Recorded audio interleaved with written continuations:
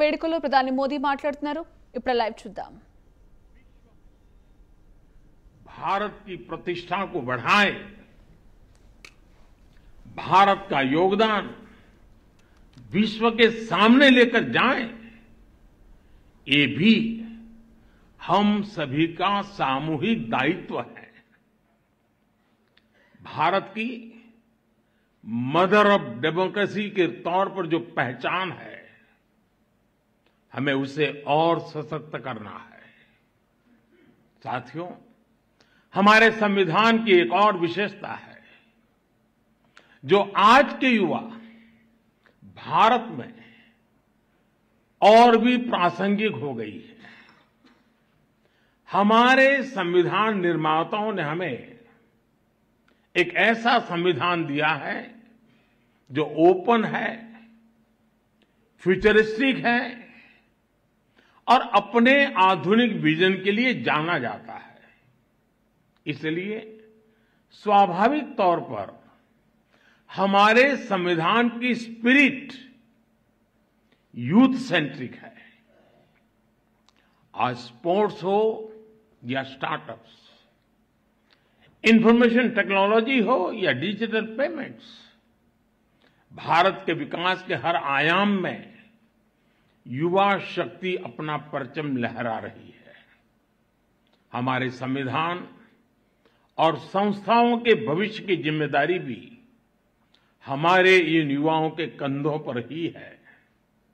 इसलिए आज संविधान दिवस पर मैं सरकार की व्यवस्थाओं से, देश की न्यायपालिका से एक आग्रह भी करूंगा.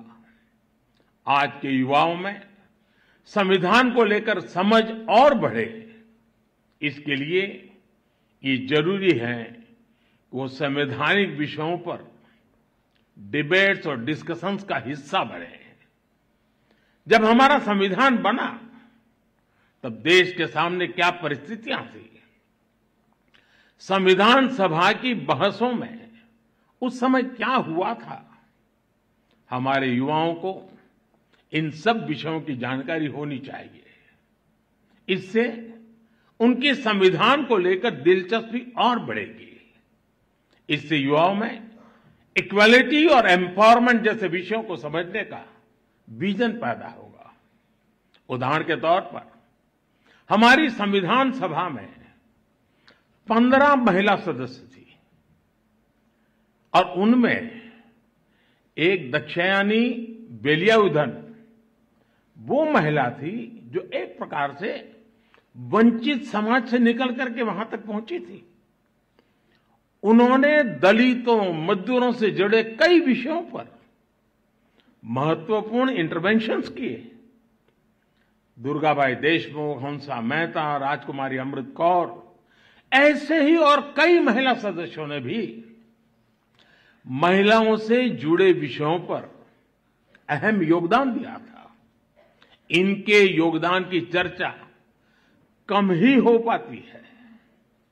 जब हमारे युवा इन्हें जानेंगे तो उन्हें अपने सवालों का जवाब भी मिलेगा. इससे संविधान के प्रति जो निष्ठा पैदा होगी वो हमारे लोकतंत्र को, हमारे संविधान को और देश के भविष्य को मजबूत करेगी. आजादी के अमृत काल में ये भी देश की एक अहम जरूरत है. मुझे आशा है संविधान दिवस इस दिशा में हमारे संकल्पों को और अधिक ऊर्जा देगा. इसी विश्वास के साथ आप सभी का बहुत बहुत धन्यवाद.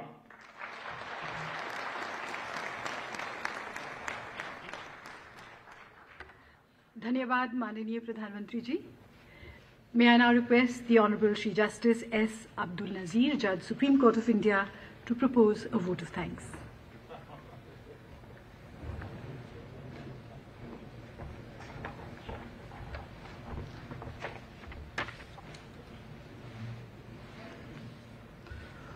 Honorable Prime Minister of India, Shri Narendra Modi ji, and other dignitaries on the dais, ladies and gentlemen. It is indeed a matter of great honor and pride for me to propose the vote of thanks on the 73rd anniversary of the Constitution of India. The date today, that is 26th November, holds great significance for every year. It reverberates the beautiful and inspiring journey that we, the people of India, have travelled thus far since 1949, when the Constitution of India was adopted.